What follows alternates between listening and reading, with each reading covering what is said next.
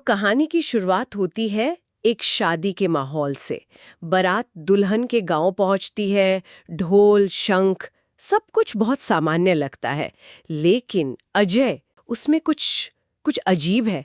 कहानी में लिखा है कि उसकी मुस्कान एक पल देर से आती है। हाँ, जैसे उसे याद दिलाया गया हो कि भाई मुस्कुराना है। बिल्कुल। और ये तो बस शुरुआत है। छोटी छोटी बातें हैं जो परेशान करती हैं। जैसे वो पहले से बहुत कम पलकें झपकाता है, अच्छा। या जब आशीर्वाद के लिए उसके पैर छूते हैं तो वो ऐसे सिहर जाता है जैसे गर्म जमीन पर खड़ा हो। और सबसे चौंकाने वाली बात, रीता ये सब देखती है और बस मुस्कुरा देती है। और फिर माहौल में एक और नाम की एंट्री होती है जो असल में मौजूद ही नहीं है, टीना। शादी के बीच को यूं ही पूछ लेता है, टीना अभी तक नहीं आई? वो एक पल के लिए जैसे जम सी जाती है, लेकिन फिर खुद को संभाल कर धीरे से कहती है, आ जाएगी। पर हम जानते हैं कि टीना कभी नहीं आती। कभी नहीं। उसका फोन बंद है और उसे आखिरी बार पुराने किले के पास देखा गया था जहां बस रुकी थी। और दिलचस्प बात यह है कि उस जगह के बारे में कहा जाता है कि वहां कोई होटल था ही नहीं। तो टीना का गायब होना और अजय का बदलना, ये दोनों घटनाएं एक ही जगह और एक ही समय से जुड़ी हुई हैं। एक की कीमत दूसरे ने चुकाई है। अजय की वापसी और टीना का गायब होना, ये जैसे एक ही सौदे के दो हिस्से लगते हैं। और ये सौदा उस रात और भी ज्यादा भयानक लगने लगता है जब रीता और अजय मेहमानों के कमरे में हैं। रीता उसे सोते हुए देखती है और उन बदलावों को नोटिस करती है जो शायद सिर्फ एक पत्नी ही कर सकती है। कहानी में लिखा है कि वो अब खर्राटे नहीं लेता, करवट नहीं बदलता, सपने भी नहीं देखता। बिल्कुल। ये छोटी छोटी आदतें हैं जो एक इंसान की पहचान बनाती हैं, और ये सब मिटा दी गई हैं, जैसे किसी ने अजय की आत्मा को निकालकर उसकी जगह खाली प्रोग्राम डाल दिया हो। कहानी यहाँ एक बहुत ही अजीब मोड़ लेती है। आधी रात को ठीक 3:30 बजे अजय की आंखें खुल जाती हैं और वो बस छत को घूरने लगता है, जैसे कोई खाली मशीन हो जिसे अभी तक कोई कमांड ना मिला हो। और देखिए, इसी पल रीता उससे बात करने की कोशिश करती है, शायद ये परखने के लिए कि उस जिस्म के अंदर अब है कौन। वो फुसफुसाती है, क्या तुम्हें वो कांच याद है? और उसका जवाब वो रोंगटे खड़े कर देने वाला है। वो कहता है, मुझे टूटना याद है। कहानी बताती है कि ये सुनकर रीता की मुस्कान कांप उठती है। मतलब वो इस गहरे और भयानक मतलब को समझ रही है। सही बात है। तो घर के अंदर ये जो खालीपन है, ये सिर्फ एक परछाई है। इसका असली स्रोत कहीं और है। और उसे समझने के लिए कहानी हमें उस खौफनाक जगह पर ले जाती है जहां असली अजय कैद है, एक घना जंगल। अब उसकी हालत बहुत भयानक बताई गई है। उसका शरीर किले के खंडहरों के पास एक पेड़ में आधा समाया हुआ है। जड़ें उसकी टांगों को जंजीरों की तरह जकड़े हुए हैं। और उसका मुंह एक खामोश चीख में हमेशा के लिए खुला रह गया है। ये एक जीता जागता दुष्स्वप्न है। बिल्कुल।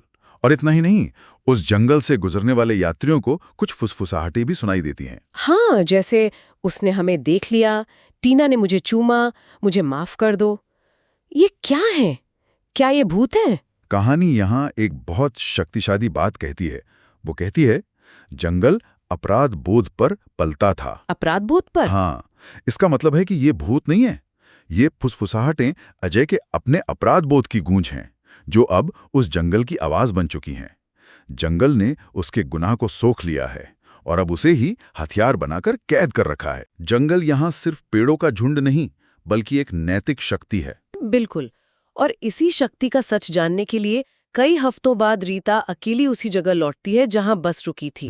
वहां उसे एक बूढ़ी गांव की औरत मिलती है और रीता उससे सीधा सवाल पूछती है, यहाँ क्या रहता है? और औरत का जवाब चौंकाने वाला है। वो बताती है कि ये जंगल उन पुरुषों को शाप देता है जो पवित्र यात्राओं के दौरान प्यार में विश्वासघात करते हैं। जंगल बेवफा आत्मा को ले लेता है और उसकी जगह एक प्रतिरूप भेज देता है। एक ऐसा प्रतिरूप जो दिखता वैसा ही है, पर कुछ महसूस नहीं करता, एक खाली खोल। जंगल बदला नहीं ले रहा, वो बस चीजों को उनकी सही जगह पर रख रहा है। उसने एक बेवफा आत्मा को लेकर एक वफादार लेकिन खाली जिस्म वापस कर दिया। तो ये एक तरह का भयानक कॉस्मिक न्याय है। बिल्कुल। और फिर आता है सबसे बड़ा खुलासा। जब रीता ये सुनकर सिर हिलाती है तो कहानी में लिखा है, वो पहले से जानती थी। मतलब ये कि उसका उस जगह पर वापस जाना सिर्फ पुष्टि करने के लिए था, जानने के लिए नहीं। वो एक भोली भाली पीड़ित नहीं है, बल्कि एक ऐसी इंसान है जो इस भयानक सच को जानती है और उसके साथ जीने का चुनाव कर चुकी है। फिर रीता वो सवाल पूछती है जो शायद उसके दिल पर सबसे बड़ा बोझ है, टीना के बारे में। वो पूछती है, और दूसरी औरत? और औरत का जवाब बहुत ही काव्यात्मक और डरावना है। वो कहती है, वो लौटने के लिए बनी ही नहीं थी। कुछ प्रेम निमंत्रण होते हैं, मंजिल नहीं। शायद टीना उस लेन देन का अनपेक्षित नुकसान थी, मतलब कोलैटरल डैमेज।